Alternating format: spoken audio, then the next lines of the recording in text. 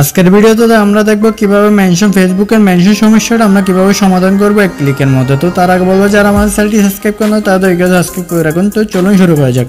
তো প্রথমে চলে যাব আমরা ফেসবুক অ্যাপসে।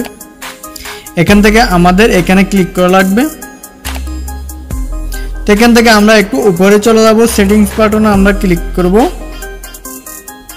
সেটিংস বাটনে ক্লিক করার পর এখানে প্রাইভেসি সেটিংসে আবার আমরা এখানে সেটিংসে ক্লিক করব।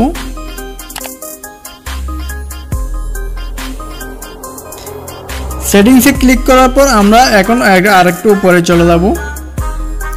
উপরে যাওয়ার পর এখানে বলতে হয় নোটিফিকেশন, এখানে ক্লিক করব। নোটিফিকেশনে ক্লিক করার পর এখান থেকে আমরা এখানে ট্যাগ লেখা আছে এখানে ক্লিক করব।